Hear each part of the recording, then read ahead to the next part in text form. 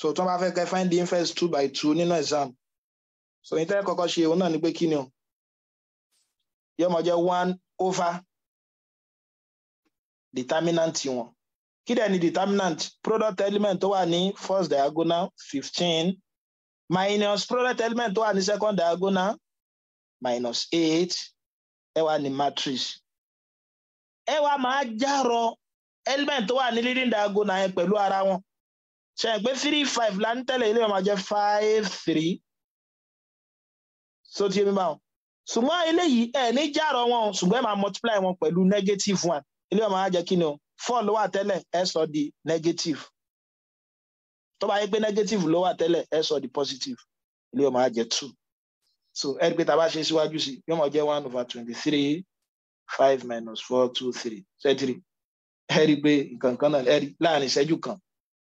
Ẹ rí pé àti sáré ṣe tán. Ẹ ta ni sùúrù sọ eléyìí fún mi? 4 7 2 3. Tó bá fẹ́ ká fún wa inverse rẹ̀.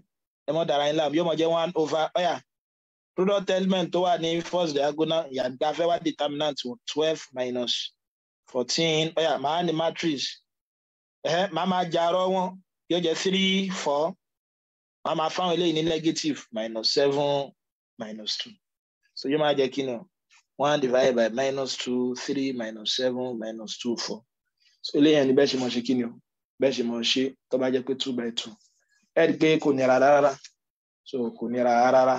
So mo rọ̀ wá àwa tá bá fẹ́ mọ̀ púpọ̀ nípa rẹ̀ sí ká lọ wo fídíò mi so lérí math from zero to guru mo cover rẹ̀ mo ṣe àwọn Cramer's rule number àti gbẹ̀mọ́ra wọn so ìjẹ́ tẹ́lẹ̀ ìbáyé wa pẹ̀lú ògo Ọlọ́run bá máa dó síbí báyìí lálẹ́ ìtorí àkókò ti lọ púpọ̀ a máa tẹ̀síwájú lọ́sẹ̀ tó ń bọ̀ ẹ ṣé púpọ̀ ó dàárọ̀.